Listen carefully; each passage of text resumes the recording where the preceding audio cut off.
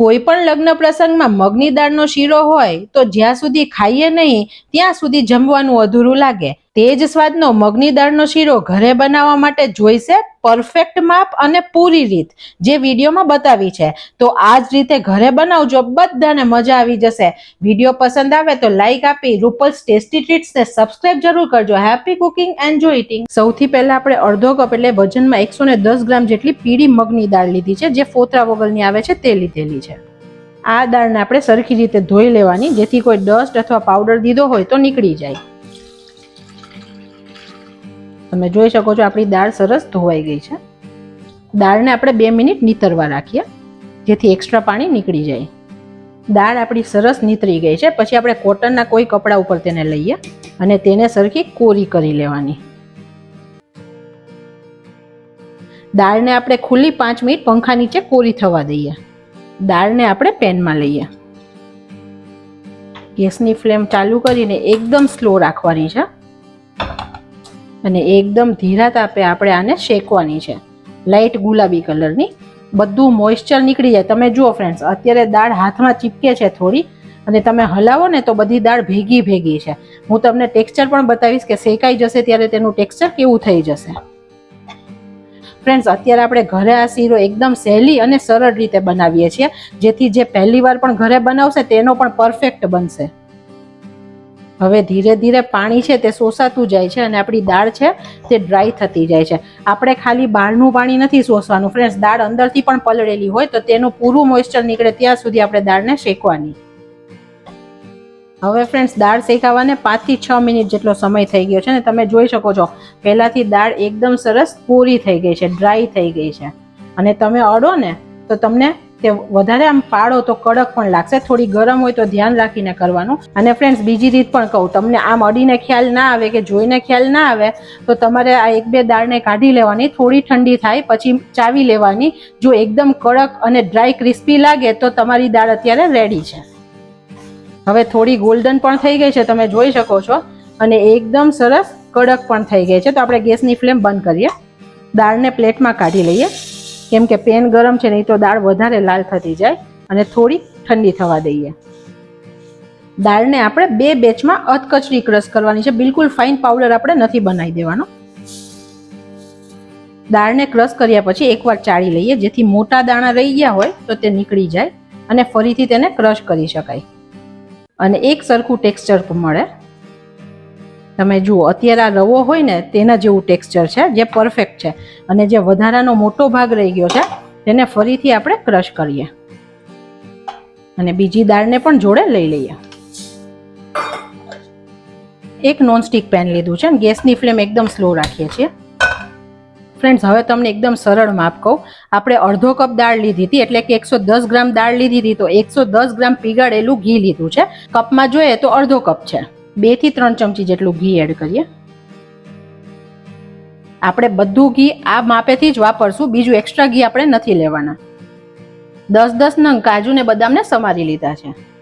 ઘી આપણું થોડું ગરમ થઈ ગયું છે, તેમાં આપણે ડ્રાયફ્રૂટને પહેલા રોસ્ટ કરી લઈએ.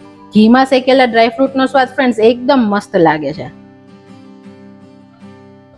અને શીરામાં છે ને થોડો ક્રંચ પણ તેનો લાગશે, તો ખાતી વખતે પણ મસ્ત લાગશે.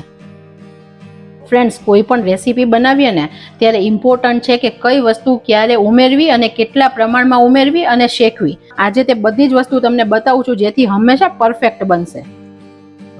લાઈટ ગુલાબી થાય ત્યાં સુધી આપણે તેને કરવાના. હવે તમે જોઈ શકો છો કાજુ અને બદામ સરસ ગોલ્ડન થઈ ગયા છે. આપણે વધારે ડાર્ક નથી કરવાના, આપણે તેને કાઢી લઈએ. જે માપનું ઘી હતું તેમાંથી અડધું ઘી લઈએ. હવે મગની દાળનો શીરો એકદમ લગ્ન પ્રસંગ જેવો બનાવવા સિક્રેટ વસ્તુ એડ કરીએ. અત્યારે 2 TBSP એટલે 25 ગ્રામ જેટલો આપણે સૂજી લીધો છે અને 2 TBSP એટલે 25 ગ્રામ જેટલો આપણે ચણાનો લોટ લીધો છે. આ બંનેથી ટેક્સચર સરસ આવશે અને ટેસ્ટ બેસ્ટ બનશે ફ્રેન્ડ્સ. પહેલા ઘી ગરમ થાય ત્યારે આપણે સૂજી એડ કરી દેવાનો, જેથી તે સરસ ફૂલી જાય. ફ્રેન્ડ્સ, આ બહુ જ કામનું છે. જો ઘી ઠંડુ હોય અને સૂજી નાખીએ ને તો સૂજી પાછળથી ચીકણી થઈ જાય. અને હવે આપણે બેસન એડ કરી દઈએ અને બંનેને એકદમ સ્લો તાપે આપણે શેકીએ 1 મિનિટ. બેસનથી ફ્રેન્ડ્સ આ શીરામાં બહુ જ સરસ સ્વાદ આવશે. હવે બંને થોડું થોડું શેકાઈ ગયું છે, એપ્રોક્સ 2 થી 3 મિનિટ શેક્યું છે. પછી આપણે દાળ એડ કરી દઈએ અને હવે એકદમ ધીરા તાપે ફ્રેન્ડ્સ આપણે તેને શેકવાની છે. પહેલા દાળ બધું ઘી શોષી લેશે કેમ કે તે ડ્રાય પાવડર છે અને જેમ શેકાશે તેમ તે ઘી છોડશે અને મિશ્રણ હલકું બનશે. કોઈ પણ સ્વીટ્સ હોય ને, જેવી કે સુખડી, મોહનથાળ, તે બધામાં પહેલા આવી રીતે લોટ નાખો ત્યારે તેને શોષી લે ઘી અને પછી ઘી રિલીઝ કરે. આ ટાઈમે ક્યારેય ઘી વધારે એડ નહીં કરી દેવાનું કે બહુ કોરું લાગે છે. અત્યારે એ શોષાયેલું ઘી છે, હમણાં તે શેકાશે ને મેલ્ટ થશે ને એટલે બહાર નીકળશે, પછી નહીં તો તમારું ઘી બહુ પ્રમાણમાં વધી જાય. અત્યારે ચલાવવામાં થોડું હાર્ડ લાગે આપણને, ધીરે ધીરે તે સોફ્ટ થતું જશે અને ગેસની ફ્લેમ એકદમ સ્લો રાખવાની છે કેમ કે આપણે દાળને પૂરી આમાં પકાવવાની છે. હવે આપણે અડધો કપ જેટલી દાળ લીધી હતી તો તેનું ડબલ દૂધ લેવાનું છે. જે વાડકીના માપે માપો તે માપથી જ ફ્રેન્ડ્સ બધું માપ કરવાનું છે. દૂધને આપણે બાજુના ગેસે ગરમ થવા મૂકી દઈએ. ક્યારેય હલવો કે શીરો બનાવો ફ્રેન્ડ્સ તો ક્યારેય ઠંડુ કે રૂમ ટેમ્પરેચર વાળું દૂધ નહીં એડ કરવાનું, નહીં તો ટેક્સચર તેનું ફરી જાય. હવે જેમ જેમ દાળ શેકાય છે તેમ મિશ્રણ ધીરે ધીરે હલકું થતું આવે છે.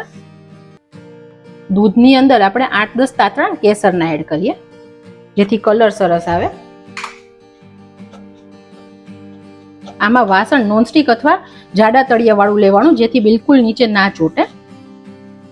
જેમ જેમ શેકાય છે ફ્રેન્ડ્સ તેમ તેમ ટેક્સચર તેનું ફરતું જાય છે. હવે આપણે બધું ઘી લીધું તેટલા માપનું પહેલાથી કેમ ન નાખી દીધું, કેમ કે જ્યારે ઘી વધારે હોય ને પછી આવી રીતે તમે શેકો ને ત્યારે તેના બબલ્સ થઈને આપણને હાથમાં છાંટા ઉડે તો આપણે દાજી જઈએ અને આપણને હલાવવામાં પણ સરળતા રહે. તો આપણે અત્યારે અડધું ઘી એડ કર્યું.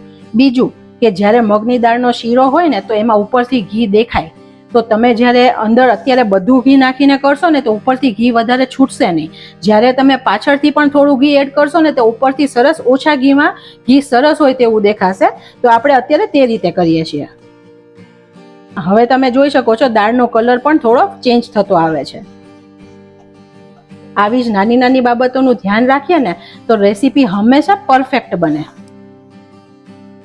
આપણે થોડી બ્રાઉન ગોલ્ડન તેને શેકવાની છે. બીજું 1 ચમચી જેટલું ઘી આપણે એડ કરીએ છીએ.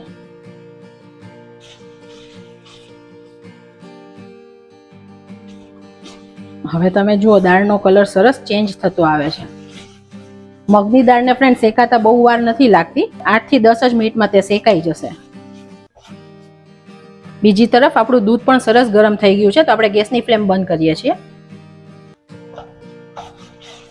આ ટાઈમે આપણે બિલકુલ હલાવવાનું મૂકવાનું નહીં ફ્રેન્ડ, સતત હલાવવાનું. પેન ગરમ છે નહીં તો નીચેથી તે બળી જશે. વાવ ફ્રેન્ડ્સ, અત્યારે એટલી મસ્ત સુગંધ આવે છે દાળ શેકાવાની ઘીની, આખા ઘરમાં સુગંધ થઈ ગયું છે. મીઠાઈ બનાવીએ ને એટલે આપણાથી પહેલી ખબર પડોશીને પડી જાય, એટલી મસ્ત સુગંધ બહાર આવે. હવે આપણે થોડું થોડું દૂધ એડ કરી અને હલાવતા જઈએ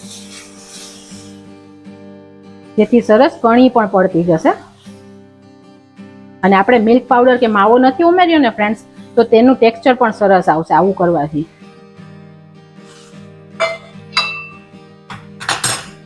અત્યારે આપણે આને 2 મિનિટ ઢાંકી અને ફૂલવા દઈએ. હવે આપણે ખોલીને એકવાર હલાવીએ.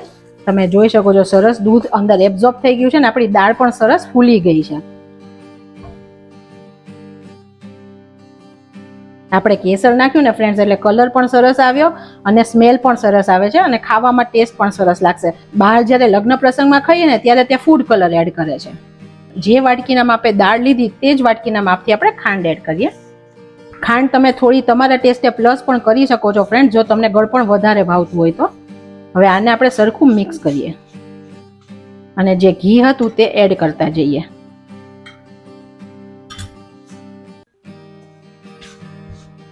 અત્યારે ખાંડ નાખ્યા પછી હવે પાછું પાણી થશે ખાંડનું અને પાછું મિશ્રણ ઢીલું થતું જશે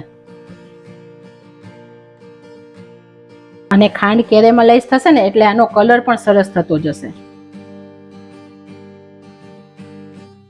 જે ઘી છે તેમાંથી જ આપણે ઘી એડ કરતા જઈએ છીએ. જે ડ્રાયફ્રૂટ રોસ્ટ કર્યા હતા તેને એડ કરીએ. 1/4 ચમચી એલચી પાવડર એડ કરીએ. બધું સરખું મિક્સ કરતા જઈએ.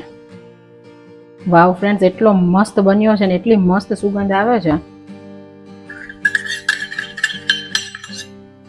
ઢાંકી અને 2 મિનિટ થવા દઈએ. ખોલીને આપણે ચલાવીએ. તમે જોઈ શકો છો સરસ ઘી છૂટું પડતું જાય છે અને બિલકુલ પેનને ચીપકતો નથી. અત્યારે જેટલું ઘી વાટકીમાં હતું તે બધું આપણે લઈ લીધું. ઉપરથી બીજું 1 ચમચી ઘી એડ કરીએ જેથી સરસ સાઈન આવી જશે. વાવ ફ્રેન્ડ્સ, અન્નપૂર્ણામાની કૃપાથી એકદમ બેસ્ટ શીરો બનીને રેડી છે. તમે જુઓ સાઈડમાંથી ઘી પણ સરસ છૂટું પડી ગયું છે અને બિલકુલ પેનમાં ચોંટતો નથી. અને એનું ટેક્સચર તમને બતાવું. ટેક્સચર તમે જુઓ, એકદમ મસ્ત દાણેદાર ટેક્સચર આવ્યું છે. અન્નપૂર્ણામાની કૃપાથી આપણો બેસ્ટ શીરો બનીને રેડી છે.